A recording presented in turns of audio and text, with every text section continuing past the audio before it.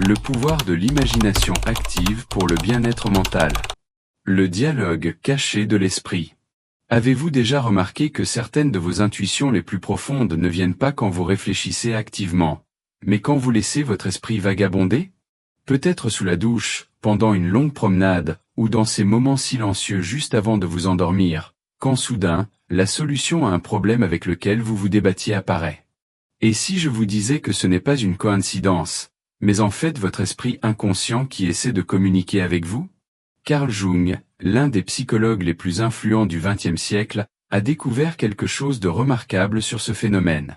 Il a trouvé que nous pouvions réellement apprendre à avoir des conversations intentionnelles avec notre esprit inconscient, et que ces conversations pourraient être l'un des outils les plus puissants pour la guérison, la créativité et la croissance personnelle que nous rencontrerons jamais. Cette technique s'appelle l'imagination active, et ce n'est pas ce que la plupart des gens pensent. Ce n'est pas de la rêverie, ce n'est pas de la pensée magique, et ce n'est certainement pas simplement inventer des choses. L'imagination active est une pratique psychologique structurée qui peut vous aider à accéder à une sagesse dont vous ne saviez même pas que vous la possédiez, guérir des blessures émotionnelles que la thérapie traditionnelle ne peut parfois pas atteindre, et trouver de la clarté au milieu des moments les plus confus de la vie. Aujourd'hui, nous allons explorer comment vous pouvez exploiter cette incroyable puissance de votre esprit pour votre propre bien-être mental. À la fin de cette vidéo, vous comprendrez non seulement ce qu'est l'imagination active, mais aussi comment l'utiliser comme un outil pratique dans votre vie quotidienne. Qu'est-ce que l'imagination active? Alors, qu'est-ce exactement que l'imagination active? À sa base, c'est une méthode pour s'engager avec les images, figures et scénarios qui surgissent spontanément de votre esprit inconscient. Mais voici la différence clé avec l'imagination ordinaire ou la fantaisie. Dans l'imagination active, vous ne contrôlez pas ce qui se passe. Au lieu de cela, vous y participez. Pensez Y comme ceci. Au lieu d'être le réalisateur d'un film dans votre esprit, vous devenez à la fois un acteur dans la scène et un observateur de ce qui se déroule. Vous permettez aux images et aux figures d'apparaître naturellement, puis vous vous engagez avec elles. Vous pourriez leur poser des questions, écouter ce qu'elles ont à dire, ou simplement observer leurs actions et réactions. Jung a découvert cette technique pendant l'une des périodes les plus difficiles de sa propre vie. Après sa rupture avec Freud en 1913, il a traversé ce qu'il a appelé sa confrontation avec l'inconscient, une période de troubles psychologiques intenses où il se sentait perdu et incertain sur la voie à suivre. Au lieu de simplement analyser ses rêves ou d'essayer de réfléchir pour sortir de sa crise, il a commencé à s'engager activement avec les images et figures qui apparaissaient dans son imagination. Ce qu'il a trouvé était extraordinaire. Ces figures, certaines sages, certaines troublantes, certaines complètement inattendues, ont commencé à lui enseigner des choses sur lui-même et sa situation que son esprit conscient ne pouvait tout simplement pas atteindre. Elles ont offert des perspectives, des solutions et des intuitions qui l'ont aidé non seulement à naviguer sa crise personnelle mais aussi à développer beaucoup des théories psychologiques qui le rendraient célèbre. Mais voici ce qui est vraiment important à comprendre, Jung ne voyait pas ces figures comme juste de l'imagination. Il les comprenait comme des expressions autonomes de différents aspects de sa psyché, des parties de lui-même qui avaient leur propre intelligence, leur propre perspective, et leur propre contribution précieuse à apporter à sa vie. La découverte de Jung et les principes fondamentaux. L'approche de Jung de l'imagination active était basée sur plusieurs principes clés qui la rendent si puissante pour le bien-être mental. D'abord, il croyait que notre esprit inconscient n'est pas seulement un dépotoir pour les mémoires refoulées et les impulsions, comme Freud le suggérait. Au lieu de cela, Jung voyait l'inconscient comme une source de créativité, de sagesse et de guérison, ce qu'il appelait l'inconscient créatif. Selon Jung, l'inconscient essaie constamment de communiquer avec nous à travers les rêves, les émotions, les sensations physiques et les images spontanées. Le problème est que la plupart d'entre nous ne savons pas comment écouter. Nous sommes tellement pris dans nos esprits rationnels et pensant que nous manquons ces communications subtiles des parties plus profondes de nous-mêmes.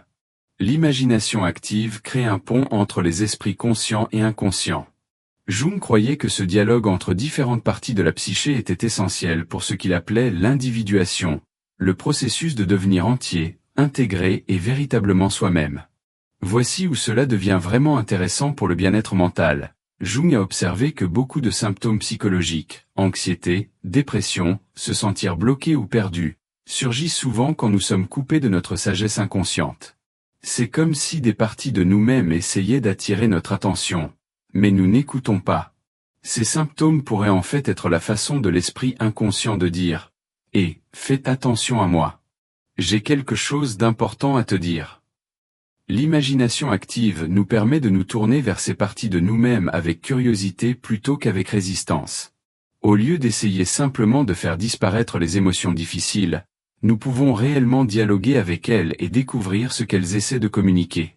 Une des intuitions les plus profondes de Jung était que les figures que nous rencontrons dans l'imagination active représentent souvent ce qu'il appelait des complexes, des groupes autonomes de pensée, sentiments et mémoires qui ont leur propre énergie et intelligence au sein de notre psyché.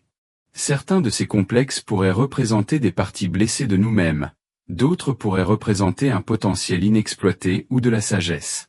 La belle chose à propos de l'imagination active est qu'elle permet à ces différentes parties de nous-mêmes d'avoir une voix, d'être entendues, et ultimement d'être intégrées dans notre conscience éveillée de manière saine.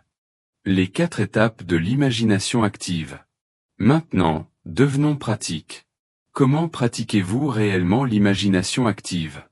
Jung a esquissé un processus qui peut être décomposé en 4 étapes essentielles, et je veux vous guider à travers chacune d'elles. L'étape 1 est de créer les bonnes conditions. Ce n'est pas quelque chose que vous pouvez faire en multitâche ou avec votre téléphone qui vibre à proximité. Vous devez trouver un espace tranquille où vous ne serez pas interrompu, et vous devez entrer dans ce que Jung appelait un état crépusculaire de conscience, quelque part entre être complètement éveillé et endormi.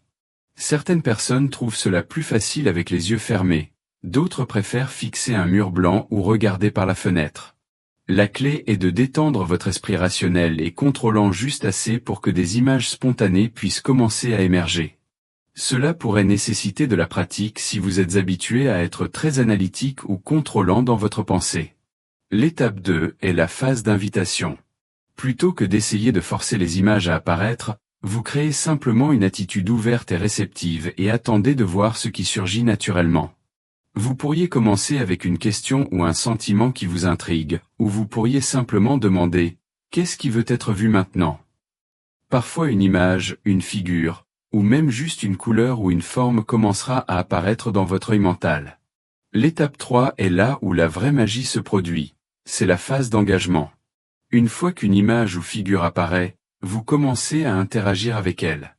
Vous pourriez lui poser des questions. Qui êtes-vous ? Que voulez-vous que je sache ? Que êtes-vous ici pour m'enseigner ? Mais voici la partie cruciale. Vous devez laisser la figure répondre à sa propre manière. Vous n'inventez pas les réponses, vous écoutez ce qui veut émerger. Cela peut sembler étrange au début parce que les réponses nous surprennent souvent. La figure pourrait dire quelque chose que nous n'attendions pas, ou répondre d'une manière qui défie nos suppositions. C'est en fait bon signe. Cela signifie que vous accédez à du matériel de votre inconscient plutôt que d'avoir simplement une conversation avec vous-même. L'étape 4 est l'intégration. Après votre session d'imagination active, vous prenez le temps de réfléchir sur ce qui s'est passé. Qu'avez-vous appris ? Qu'est-ce qui vous a surpris ? Comment cette information pourrait-elle être pertinente pour votre situation de vie actuelle ? Jung recommandait souvent d'écrire ou même de dessiner ce que vous aviez vécu, car cela aide à ancrer les intuitions dans la conscience éveillée. Guérison par le dialogue intérieur. Ce qui rend l'imagination active si puissante pour le bien-être mental, c'est qu'elle nous permet d'avoir des conversations guérissantes avec les parties de nous-mêmes qui sont souvent cachées ou rejetées. Laissez-moi vous donner un exemple de comment cela pourrait fonctionner. Imaginez que vous luttez contre une anxiété qui semble sortir de nulle part. En thérapie traditionnelle, vous pourriez analyser les déclencheurs, pratiquer des stratégies d'adaptation, ou explorer les racines de l'anxiété dans votre passé. Ces approches peuvent être très utiles, mais l'imagination active offre une autre possibilité. Au lieu d'essayer simplement de gérer l'anxiété, vous pourriez entrer dans l'imagination active et inviter l'anxiété elle-même à apparaître comme une figure ou image. Ce qui pourrait émerger pourrait vous surprendre. Peut-être qu'elle apparaît comme un enfant effrayé, ou un gardien vigilant, ou même un animal. Vous pourriez alors demander à cette figure, « De quoi essayez-vous de me protéger ? Que devez-vous me faire savoir ?» Les réponses pourraient révéler que votre anxiété essaie en fait de vous aider d'une certaine manière. Peut-être qu'elle vous alerte sur quelque chose dans votre environnement qui nécessite de l'attention, ou peut-être que c'est une partie de vous qui a appris à être hypervigilante à cause d'expériences passées et n'a pas encore appris qu'il est sûr de se détendre. En vous engageant avec l'anxiété comme une figure avec sa propre intelligence et son propre but, plutôt que simplement comme un symptôme à éliminer, vous créez la possibilité d'un type différent de guérison. Vous pourriez découvrir ce dont cette partie de vous a vraiment besoin, et vous pourriez même trouver des moyens de travailler avec elle plutôt que contre elle. Cette approche peut être appliquée à n'importe quel défi émotionnel ou psychologique. La dépression pourrait apparaître comme une sage vieille figure qui a quelque chose d'important à dire sur le repos et la réflexion. La colère pourrait apparaître comme un protecteur féroce qui essaie de défendre vos limites. Les blocages créatifs pourraient apparaître comme un gardien qui essaie en fait de vous protéger du jugement ou de l'échec. Jung croyait que chaque complexe, chaque symptôme, chaque émotion difficile a quelque chose de précieux à nous offrir si nous sommes disposés à écouter. L'imagination active fournit un moyen d'avoir ces conversations de manière sûre et constructive. Applications pratiques et bénéfices. Les applications de l'imagination active pour le bien-être mental sont vastes et pratiques. Beaucoup de personnes la trouvent particulièrement utile pour travailler à travers les conflits relationnels. Au lieu de simplement analyser ce qui a mal tourné ou d'essayer de comprendre ce que l'autre personne pensait, vous pouvez inviter une image de cette personne dans votre imagination active et avoir un dialogue avec elle là. Ce n'est pas de la fantaisie ou de la pensée magique, c'est accéder à votre propre sagesse intérieure sur la relation.